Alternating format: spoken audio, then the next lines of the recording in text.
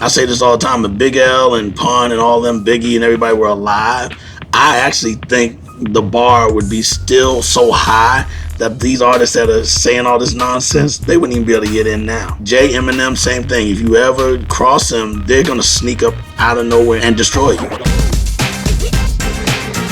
I was born in 1966. There was no rap at all, so I got to see hip-hop turn into what it's turned into from day one. So I have a radio show on Sirius XM called Live from Headquarters. I'm playing nothing but bangers that are reminiscent of the 80s when Red Alert, Marley Marl and Mr. Magic, Chuck Chill Out, Awesome 2, Hank Love and DNA.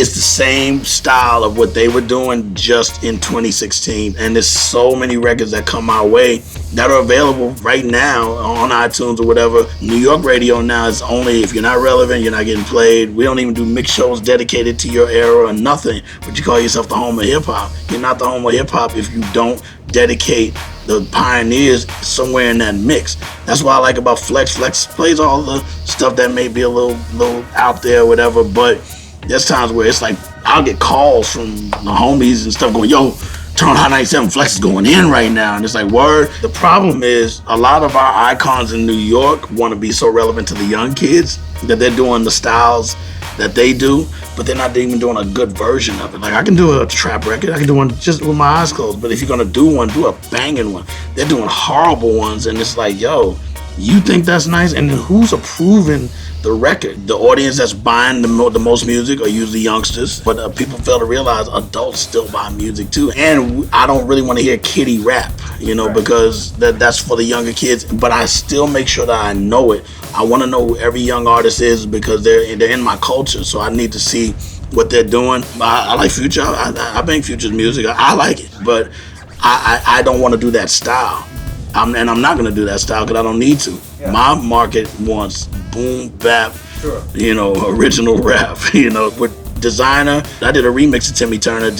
I took a video excerpt of him doing the double XL thing, and I did it for fun, just to throw it out there. I don't know if he heard it. I wasn't doing it to get his attention. I have to judge you based on when your album comes out and how hefty your album is, because a couple of hot singles and even word of mouth or the word spreading that you're the next hot thing or you got a lot of likes on YouTube or whatever, you know what I'm saying? It's not enough for me. But when it comes to Joey Badass, I mean, he has Nick Caution, who's one of his best top lyricists in his crew. And then he has other people in Pro Era that are just doing beats, And his mother is from my era. She's able to school him because she grew up on the Rakim records and the Big Daddy Kane records and Stetson Sonic, Wu-Tang, everything. So Dave East, I'm a big fan.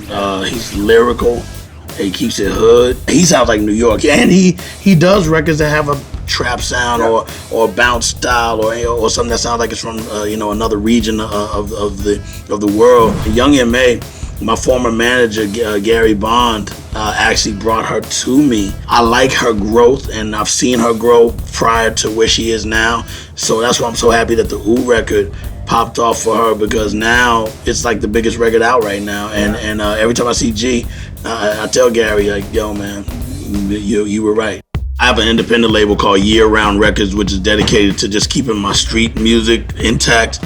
And it was something that I always wanted to do so that I can just put out whatever I want when I want. And a lot of the street music these days is hard to get on radio or hard to get signed. And plus, my market base is from, the young 20-year-olds all the way up to 50-year-olds. Because of that, I have an album project coming out with MC8 from Compton's Most Wanted. It's called Which Way Is West. He approached me and said, hey man, I got all these songs. I don't know what to do with them. I liked them. I said, hey man, just run it through my label, And then I'm also working on a solo album, which is tied into the history documentary of the D&D studio. Jay Z, Nas, everybody that worked there has already done the interviews for the doc. They sold our building that we were in, since the 80s. We did a whole documentary of everybody getting one last visit. The documentary will come along with the album. The album's gonna be called Last Session at 320, because 320 is the address. Funkmaster Flex said on the radio the other night, can you go 5 years? I'm doing 20 plus. I'm almost on my 30th year, still as a professional, still touring, still making records, still excited to go into the lab and make a new record. That's from even studying a lot of Prince, you know, like he always had B-sides. On James Brown, just songs, lots of albums, and the Beatles and Rolling Stones, just so many songs. And I was like, man, if I ever get a chance to learn how to make a record, I'm gonna put out mad stuff. Rap audiences are so vast and wide now. Make music for your audience, and that's what I do to this very day. And my audience wants more of it. I give it, I make it for them. And then when it comes to going left field with like a Tory Wolf or even an Eric Nally or Christina, I can step in their lane too, because I like what they do, but it still will sound like a premier, you know, banger. When it just comes to just straight gutter raw, I'm gonna always do that because it's a must. It's what turned me on to this.